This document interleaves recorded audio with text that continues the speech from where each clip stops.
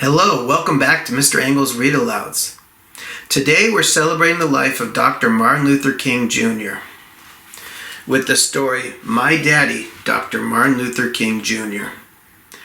It's written by his son, Martin Luther King III. Enjoy. My Daddy, Dr. Martin Luther King Jr. by Martin Luther King III. Illustrated by A.G. Ford. I grew up with a famous father. My name is Martin Luther King III. But when I was a kid, my friends and family called me Marty, so no one would confuse me with my father, the Reverend Martin Luther King Jr. When I was 5 years old, my dad gave one of his most famous speeches. I have a dream that one day this nation will rise up and live out the true meaning of its creed, that all men are created equal, he declared. I have a dream that my 4 little children will one day live in a nation where they will not be judged by the color of their skin, but by the content of their character. I am the second of those 4 children he spoke about. There have been a lot of books written about my father, but not a whole lot has been written about my dad. This book is about my daddy, what it was like to live with him, and how much I loved him. My sister Yolanda, who we called Yoki, and I wanted to go to Funtown more than anything. Well, kids, you know Daddy is working very hard so that you and all children can go to Funtown, but it's not possible today, Daddy would say. Maybe next week. But that week never came. You just don't want to take us, Yoki wailed. And finally my mother explained. We were not allowed in Funtown. The rides and the roller coasters were for white people only. That's how it was when I was growing up. My dad fought to change that. At home, though, my father was just Dad. He tossed the football with me, taught me how to shoot hoops, teased me, and played with me. He would lift me up and put me on top of the refrigerator.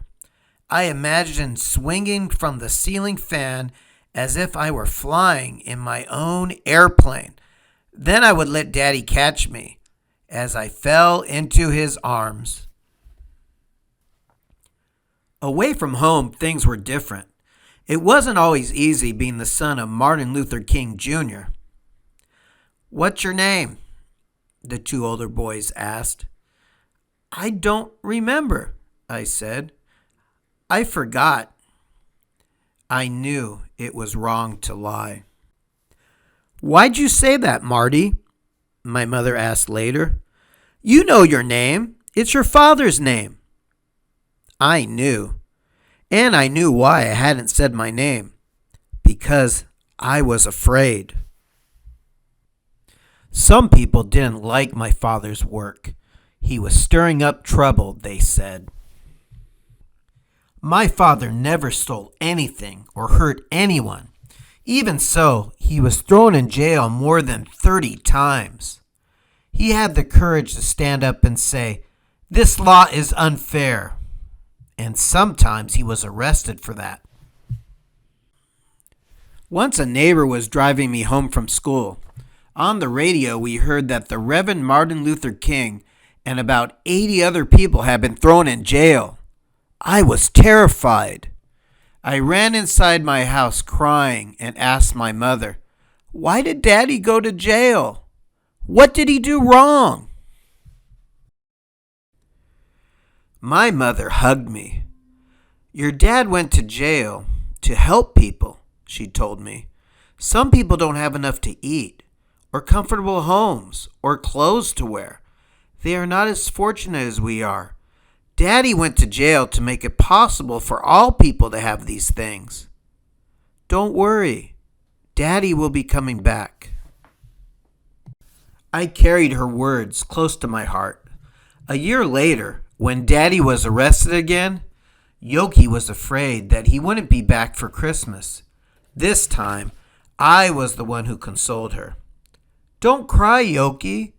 Daddy will be back. He has to help people. He has already helped some people, but he has to help some more. And when he finishes, he'll be back. My father was not the only one in danger. Many people were hurt or even killed as they tried to change unfair laws. Once, as I marched in a protest, I saw a pretty lady with a bandage over her nose. My mother explained that she'd been attacked by a police officer. The marchers were peaceful, but that didn't stop people from trying to hurt them.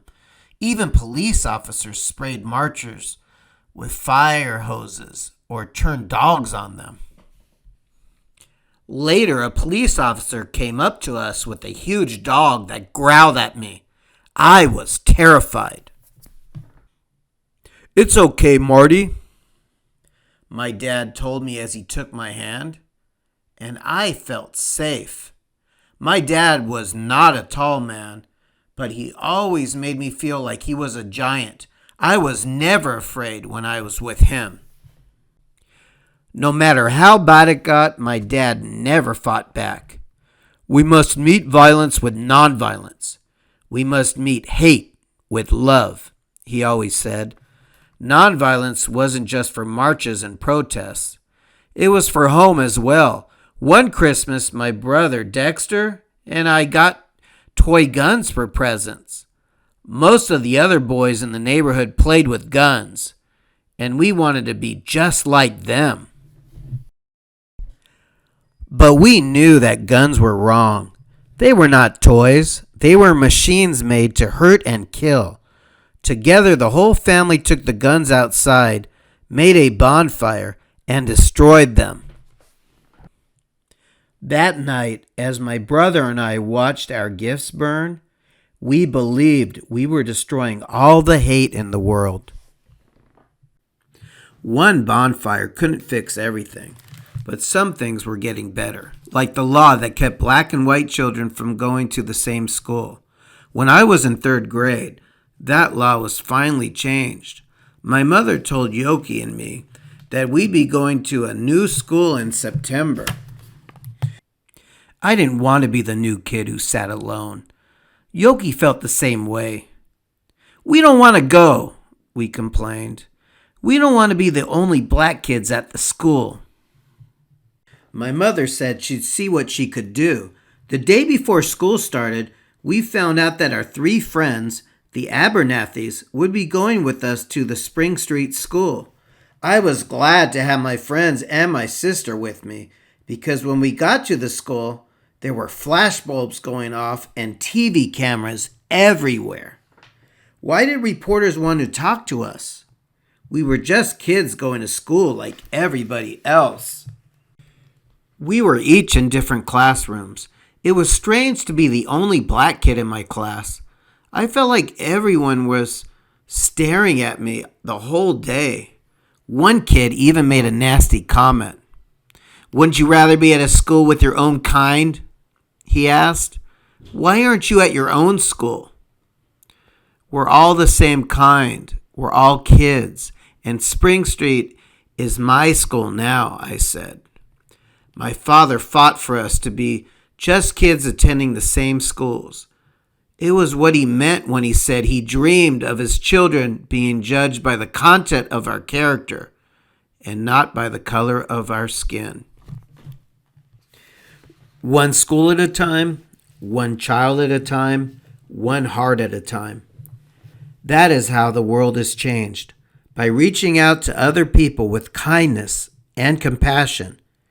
My father was changing minds and unfair laws. He once said, "We have a power within us which is more powerful than the power of bullets." That power was love and faith. It was a bullet that ended my father's life. But it did not stop his message. It did not stop his work.